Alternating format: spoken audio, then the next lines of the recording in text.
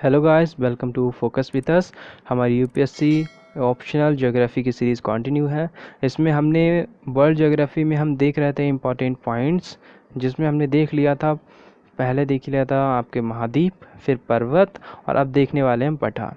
तो इसमें आपके सारे इंपॉर्टेंट पॉइंट्स ही कवर किए जाएंगे जो यूपीएससी डायरेक्ट या इनडायरेक्ट तरह से आपसे पूछती है, क्योंकि अगर ये सारे पॉइंट आपसे कवर हो जाएंगे तो ऐसा कोई भी क्वेश्चन आपको मिस नहीं होगा जो आप ना कर पाएँ। ठीक है, तो ज्योग्राफी आई थिंक मेरे हिसाब से अगर मेरे साथ आप बने रहते हैं तो ज्योग्राफी आपकी पक्की पूरी तरह से कंप्लीट होने वाली है। ज्योग्राफी की टेंशन फिर आप छोड़ दीजिएगा, बस आपको ध्यान से ये सारी चीज़ें कवर करनी है जैसा हम आपको बता रहे हैं। ठीक है, तो चलते हैं अपनी वीडियो की तरफ। तो नेक्स्ट लेक्चर में हमने पढ़ा था, लास्ट में पढ़ा था हमने पर्वत, अब हम पढ़ने वाले हैं पठार यानी प्लेटस। तो प्लेटस क्या होते हैं पहले वो समझ लीजिए। ये पृथ्वी पर द्वितीय क्रम के उच्चावच होते हैं। उच्चावच क्या होते हैं? उभरे हुए भाग। उच्चा मतलब ऊंचे उठे हुए भागों को कहा जाता है उच्चावच। अब उसी के सीरीज में ये तीसरे नंबर पे आए हुए हैं पठार। ठीक है, तो पठार क्या है? ये क्या है? जब पृथ्वी का जो 1/3 विस्तार है, तो जो 1/3 विस्तार वो पठार के ही रूप में मिलता है। जो पृथ्वी का जितना भी भूतल है, यानी कि जितने पे भी लैंड स्थित है, उसका लगभग 1/3 जो पार्ट है उस पर पूरे पर पठार ही पठार है। ठीक है, पठार ही पठार कैसे होते हैं? इसमें क्या होता है, इसमें पठार एक ऐसी भूमि होती है जिसका कोई ढाल आसपास के इलाकों से अधिक ऊंचा और खड़े ढाल वाला हो। इसका जो शिखर होता है ऊपरी भाग को सपाट और चपटा होता है। जैसे अगर मैं इसका नक्शा यहाँ पे बनाऊँ आपके लिए, तो ये कुछ इस तरह होता है ढाल। बाकी साइड ये आपका हो सकता है रेत हो, सैंड हो, या फिर हो सकता है रिवर हो, लेकिन ये जो पार्ट आपका कहलाएगा, ये पार्ट कहलाएगा आपका पठार। ठीक है, ये पूरा पार्ट क्या कहलाएगा? आपका पठार। इसीलिए बोला गया ऊपर का जो पार्ट होता है वो सपाट होता है, बिल्कुल बराबर होता है, समतल होता है। ठीक है, और यही आपका पार्ट क्या कहलाता है? पठार। तो ये मेन पॉइंट है कि दोनों साइड से उभरा हुआ बिल्कुल सीधी रेखा में, ठीक है, बिल्कुल सीधी लाइन में लंबवत उभरा हुआ होता है, और बिल्कुल ये समतल होता है, सपाट होता है, और इसे ही बोला जाता है पठार। अब पठारों का अगर वर्गीकरण देखा जाए तो उत्पत्ति के आधार पर पठारों का यहाँ पे वर्गीकरण किया गया है। तो उत्पत्ति के आधार पर पठारों का वर्गीकरण करने के अंतर्गत पहला आता है हमारा अंतर पर्वतीय पठार। क्या है? अंतर पर्वतीय पठार। तो जो पर्वतीय पठार हैं, ये पठार चारों ओर से पर्वतों से घिरे होते हैं। अब यहाँ पे इसका मैं अगर फिगर बनाऊँ आपको, तो ये पठार है, ठीक है, और यहाँ पे आपका पर्वत है, यहाँ पे आपका पर्वत है, उस साइड भी आपका पर्वत होगा, और इस साइड भी आपका पर्वत है। तो ऐसे जो पठार होते हैं वो अंतर पर्वतीय पठार कहते हैं। चारों ओर पर्वतों से घिरे हुए, अधिक विस्तृत और अधिक जटिल, बहुत ही कॉम्प्लिकेटेड, मतलब यहाँ पे जाना, रास्ता बनाना बहुत ही ज़्यादा कॉम्प्लिकेटेड हो जाता है, तो इसीलिए इसको बोला जाता है अंतर पर्वतीय पठार। अब इसके एग्जाम्पल देखे जाएँ तो बोलिविया, पेरू, ठीक है, बोलिविया, पेरू के पठार, एशिया माइनर का पठार, कोलंबिया का पठार जो यूएसए में है। तो ये जो पठार हैं ये अंतर पर्वतीय पठार के अंतर्गत आते हैं। कौन कौन से पठार हो गए आपके अंतर पर्वतीय में? देखिए यहाँ पे आपके हैं बोलिविया, पेरू का पठार, एशिया माइनर का पठार, कोलंबिया का पठार। ठीक है, और विश्व का सबसे अगर ऊंचा पठार की बात की जाए, सबसे ऊंचे पठार की बात की जाए, तो वो तिब्बत का पठार है, और तिब्बत का पठार भी अंतर पर्वतीय पठार के अंतर्गत आता है, जिसकी ऊंचाई लगभग 5000 मीटर है। इसकी ऊंचाई कितनी है? 5000 मीटर है, और तिब्बत का पठार भी अंतर पर्वतीय पठार के बीच में आता है। इसका मतलब है वो बीच में है तिब्बत का पठार, और बाकी साइड साइड में आपके क्या है? पर्वत है। ठीक है, ये विश्व का सबसे ऊंचा पठार है, और उत्तर में कुन-लुन व दक्षिण में हिमालय से घिरा हुआ है, इसीलिए इसको विश्व का सबसे ऊंचा अंतर पर्वतीय पठार भी कहा जाता है। फिर नेक्स्ट बढ़ते हैं, नेक्स्ट में है हमारा गिरिपद पठार। गिरिपद पठार, पैरामाउंट प्लेटस। तो पैरामाउंट प्लेटस क्या है? पर्वतों के आधार पर स्थित पठार। अब देखिए, पर्वतों के आधार पर स्थित जो पठार होते हैं उन्हें कहा जाता है गिरिपद। पद का मतलब होता है पैरों पर, तो गिरि यानी पहाड़, जो पर्वत होते हैं, पर्वतों के पैरों पे जो पठार होते हैं उन्हें कहा जाता है गिरिपद पठार। ये एक ओर से जो होते हैं उच्च पर्वत से घिरे होते हैं, और दूसरी ओर से सागर का मैदान से घिरे होते हैं। तो अगर डायग्राम बनाया जाए तो इनका डायग्राम कुछ इस तरह बनेगा। ये पठार हो गया, यहाँ पे हो सकते हैं ढेर सारे पर्वत, ठीक है, इस तरह पर्वत हो सकते हैं, और इस साइड में जो एरिया होगा वो क्या होगा, हो सकता है समुद्र हो या हो सकता है खुला रेतीला एरिया हो, ये हो सकता है समुद्र। ठीक है, तो इस साइड के एरिया को कहते हैं गिरिपद पठार, और ये पर्वतों के सबसे नीचे होते हैं, याद रखना है। इसके एग्जाम्पल अगर देखे जाएं तो यूएसए क्या है, यूएसए का पीडमांड पठार, कौन सा, पीडमांड पठार, और दक्षिण अमेरिका का पैटागोनिया पठार। यूएसए का पीडमांड पठार, दक्षिण अमेरिका का पैटागोनिया पठार। फिर है गुम्बदाकार पठार, गुम्बदाकार पठार, थर्ड हमारा आता है गुम्बदाकार पठार। तो जो गुम्बदाकार पठार है, इसमें भूतल में बलन की क्रिया के द्वारा गुम्बदाकार नुमा स्थान बनते हैं, और इन्हीं को पठार कहते हैं, और या गुम्बदाकार पठार कहते हैं। मतलब बलन की जब प्रक्रिया होती है तो गुम्बद नुमा उत्थान हो जाते हैं, और जिसे बोला जाता है गुम्बदाकार पठार। और गुम्बदाकार पठार के सिर्फ आपको एग्जाम्पल समझने हैं, और कहाँ पे होता है वो आपको याद रखना है। कहाँ कहाँ पे है, यूएसए में कौन सा पठार है, ओजार्क पठार। भारत में कौन कौन से पठार हैं, छोटा नागपुर पठार, रामगढ़ पठार। ठीक है, भारत के बहुत इंपॉर्टेंट है, सभी आपको याद रखने हैं। भारत के कौन कौन से पठार हैं, छोटा नागपुर पठार, रामगढ़ पठार। ये कैसे पठार है, ये गुम्बदाकार पठार है, समझ गए। तो ये आपको याद रखना है, भारत के कौन कौन से, छोटा नागपुर पठार और रामगढ़ पठार। ठीक है, नेक्स्ट हम बढ़ते हैं, नेक्स्ट फिर है महाद्वीपीय पठार। अब महाद्वीपीय पठार कैसे होते हैं, तो जो महाद्वीपीय पठार होते हैं ये प्रायः पर्वतीय भागों से दूर किंतु सागरीय तट या मैदानों से घिरे होते हैं। इनकी उत्पत्ति धरातल के ऊपर उठने या लावा के अपरिमित निक्षेप के कारण होती है, और इन पठारों को शील्ड भी कहा जाता है। एक तरीके से ये सुरक्षा प्रोवाइड करते हैं, इसीलिए इनको शील्ड भी कहा जाता है। और इनके एग्जाम्पल यहाँ पे देख लीजिए, साइबेरिया शील्ड और ब्राज़ील शील्ड। ठीक है, महाद्वीप, एक से समझ लीजिए, महाद्वीपीय पठार को कहा जाता है शील्ड पठार, और जिस पठार के आगे लगा हो शील्ड वही हमारा आंसर हो जाएगा, जैसे Siberia shield and Brazil shield. ठीक है, आपको दोनों ये नाम याद हो गए होंगे, साइबेरिया शील्ड और ब्राज़ील शील्ड। फिर लास्ट हमारा है ज्वालामुखी पठार। ज्वालामुखी पठार क्या, जो लावा के जमाव के कारण बने भूभाग, यानी जब लावा निकलता है बाहर और जो जम जाता है बिल्कुल इक्वल फॉर्म में, तब उसे कहते हैं ज्वालामुखी पठार। इसमें भारत का दक्कन का पठार, ठीक है, दक्कन का पठार कैसा है, लावा का बना हुआ है, इसलिए भारत का इम्पोर्टेंट है। फिर यूएसए का है, यूएसए का कोलंबिया स्नैक पठार, कोलंबिया स्नैक पठार, ये भी आपका कैसा है, ज्वालामुखी पठार है। तो ये सारे पठार आपके लिए इम्पोर्टेंट हैं। अब यहाँ पे कुछ इम्पोर्टेंट पठारों के मैंने नाम दे रखे हैं जो आपके एग्ज़ाम में पूछे जा चुके हैं। ये यूपीएससी पूछ चुकी है, वहीं से आपके मैंने ये क्वेश्चंस लिए हैं। ठीक है, एशिया माइनर, ये पठार कहाँ पे है, तुर्की। अंतोलिया का पठार, तुर्की। मेसोटा का पठार, आइवेरिया या प्रायद्वीप, स्पेन। चियापास पठार, दक्षिण मैक्सिको का। यूक्रेन पठार, यूएसए में। कोलंबिया पठार यूएसए में है। ग्रेट बेसिन पठार यूएसए में है। कोलोराडो यूएसए में है। ग्रीनलैंड पठार ग्रीनलैंड में है। ठीक है, ये सारे आपको याद रखना है। एशिया तुर्की में है, अंटोलिया पठार तुर्की। मेसोटो का पठार आइवेरिया या प्रायद्वीप। चियापास पठार दक्षिणी Mexico. Alaska USA. Ukraine USA. Colombia USA. Great Basin USA. Colorado, ये पूछा गया है कई बार, कोलोराडो पठार कहाँ पे है, कोलोराडो यूएसए में है। ग्रीनलैंड पठार कहाँ पे है, ग्रीनलैंड में। ठीक है, ठीक है, और यहाँ पे आप इसको भी समझ सकते हैं, ये पूरा मैप है जिसमें इंपॉर्टेंट पठार की बात में बारों यानी इन्फॉर्मेशन दे रखी, कौन सा पठार किस महाद्वीप पे है और किस देश में है, ये भी आप कंफर्म कर सकते हैं। जैसे दक्कन का पठार, ये हमारा भारत है, तो इस भारत में देखिए ये दक्कन का पठार है। छोटा नागपुर पठार भी भारत में पड़ता है। मेघालय पठार आपका कहाँ पड़ता है, चीन में पड़ रहा है। ठीक है, और ये पामीर और तिब्बत का पठार कहाँ पड़ रहा है, तिब्बत में पड़ रहा है, जो नेपाल के साइड में है। ठीक है, अब जैसे यहाँ पे आपका चिली है या अर्जेंटीना है, तो यहाँ से सारे आप समझ सकते हैं। या ऑस्ट्रेलिया में जाएं तो ऑस्ट्रेलिया में किम्बरले का पठार है।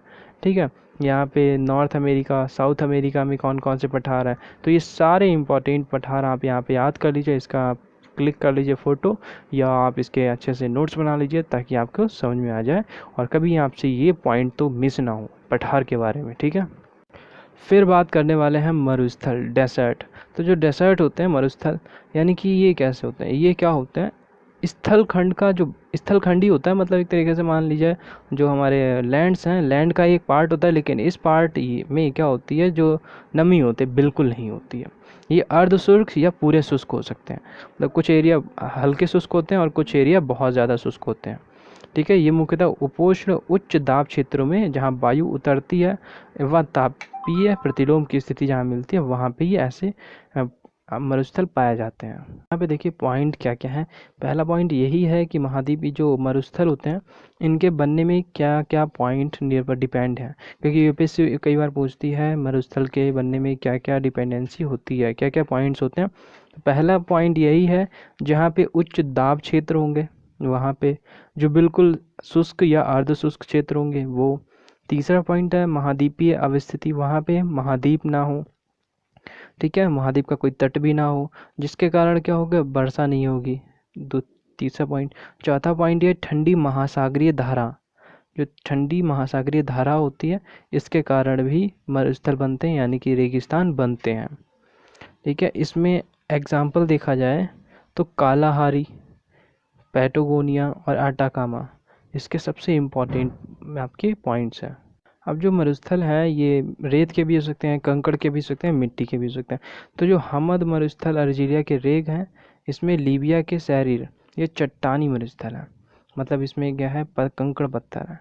सहारा क्षेत्र एवं एर्ग जो मरुस्थल है इसकी कैसे है, पथरीले व रेतीले। तो दो पॉइंट तो यहाँ पे आपके पॉइंट कवर हो रहे हैं। पहला लीबिया के शहरी चट्टानी मरुस्थल है, सहारा क्षेत्र के एर्ग मरुस्थल एक ऐसे पथरीले व रेतीले। कुछ इंपॉर्टेंट यहाँ पे मरुस्थलों की सूची है, यहाँ पे आप समझ लीजिए, याद कर लीजिए उनको। जैसे सहारा कहाँ पे है, उत्तरी अफ्रीका में है। सहारा मरुस्थल कहाँ पे है, उत्तरी अफ्रीका। यहाँ पे लीबिया और नूबियन दोनों मरुस्थल यहाँ पे हैं उत्तरी अफ्रीका में। फिर है Wharton, Simpson, Gibson, Sturt Stony, Great Victoria, great Sandy, ये कहाँ पे, ये ऑस्ट्रेलिया में है। आपको याद रखना है Wharton, Warburton, Simpson, Gibson, Sturt Stony, Great Victoria and Great Sandy, ये कहाँ है, ऑस्ट्रेलिया में है। फिर है नाफुद हमद रब अल खली कहाँ पे है, सऊदी अरब में। ये सारे रेगिस्तान कहाँ पे हैं, सऊदी अरब में। गोबी का रेगिस्तान पूछा जाता है, गोबी मरुस्थल कहाँ पे है, कई बार पूछा गया है एसएससी में, यूपीएससी में, अदर एग्जाम में पूछा गया है। कहाँ पे है, मंगोलिया और चीन में।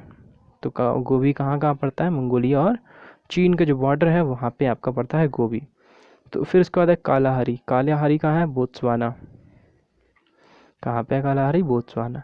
फिर आपका तकला मकान कहाँ पे है, शिक्यांग प्रांत चीन। सोनरान संयुक्त राज्य अमेरिका एंड मैक्सिको में।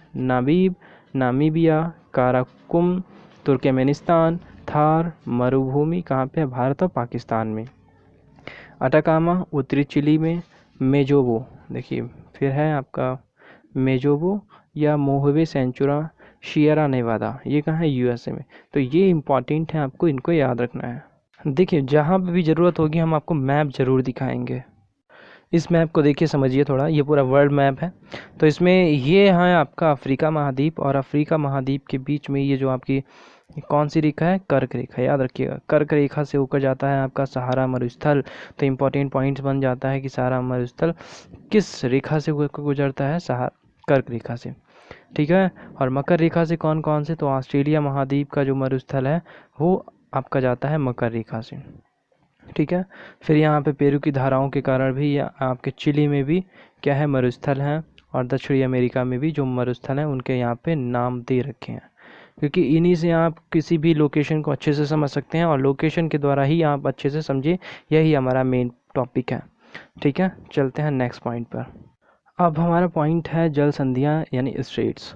तो जल संधियाँ होती क्या हैं, देखिए जब जो दो विभिन्न जल राशियाँ जब आपस में जुड़ती हैं, यानी जब दो नदियाँ आपस में जुड़ती हैं और दो स्थल खंड को अलग कर देती हैं, जब डिवाइड कर देती हैं। जैसे ये कोई एरिया है, जैसे नॉर्थ अमेरिका, साउथ अमेरिका समझ लीजिए, और यहाँ से कोई एक नदी बह रही है और कहीं दूसरी नदी भी आई और जुड़ गई आपस में, और पूरे इस एरिया को उन्होंने बॉर्डर के रूप में डिवाइड कर दिया, तो इसको कहा जाता है जल संधि। संधि का मतलब है जुड़ना। जब दो नदियाँ आपस में जुड़ जाती हैं तब बोला जाता है उसको जल संधि। ठीक है, तो आपको ये पॉइंट याद रखने हैं। अगर इसका एग्जांपल देखें तो जिब्राल्टर, जिब्राल्टर जो है भूमध्य सागर की कुंजी कहा जाता है इसे। तो ये पॉइंट आपको लिए समझ लीजिए, इसको याद भी रख लीजिए। जो जिब्राल्टर है इसको क्या कहा जाता है? भूमध्य सागर की कुंजी। अब मैंने आपसे पूछा था भूमध्य सागर का स्तंभ किसे कहा जाता है, आप हमें कमेंट बॉक्स में बताएं। अब देखिए हमने कुछ यहाँ पे विश्व की प्रमुख जल संधियों के बारे में बात करेंगे जो इम्पोर्टेंट हैं और कई बार एग्जाम में पूछी गई हैं। जैसे पाक जल संधि किस किस देश के बीच में है, तो ये यहाँ पे है। और कहाँ पे है, किस खाड़ी को जोड़ती है, यानी कि कहाँ पर है उसकी लोकेशन, तो पाक की खाड़ी और बंगाल की खाड़ी को आपस में जोड़ती है या अलग करती है। ठीक है, ये आपके बनेंगे। जैसे मलक्का संधि इंपॉर्टेंट है। मलक्का संधि कहाँ पे है? अंडमान सागर और दक्षिण चीन सागर को आपस में जोड़ती है। और ये कहाँ पे है? इंडोनेशिया और मलेशिया। मलक्का संधि कहाँ है? अंडमान सागर, दक्षिण चीन सागर, इंडोनेशिया, मलेशिया। पाक जल संधि भारत और श्रीलंका के बीच में है, पाक खाड़ी और बंगाल की खाड़ी में। सुंडा जल संधि कहाँ पे है? जावा सागर व हिंद महासागर में, इंडोनेशिया में है। युकाटन जल संधि कहाँ है? मेक्सिको एवं कैरिबियन सागर को जोड़ती है और कहाँ है? मेक्सिको में और क्यूबा में। कौन सी? युकाटन जल संधि। मैशीना जल संधि कहाँ है? इटली और सिसिली। कहाँ पे है? इटली और सिसिली में। किसको जोड़ती है? भूमध्य सागर को। ओरेंटो जल संधि कहाँ पे है? ये है एड्रियाट सागर व ऑनियन सागर को आपस में जोड़ती है और इसकी लोकेशन है इटली और अल्वीनिया। बॉब एल मंडेब, यहाँ पे देख लीजिए, बॉब एल मंडेब जल संधि कहाँ पे है? लाल खाड़ी अदनान की खाड़ी को जोड़ती है और ये यमन और जिबूती में है।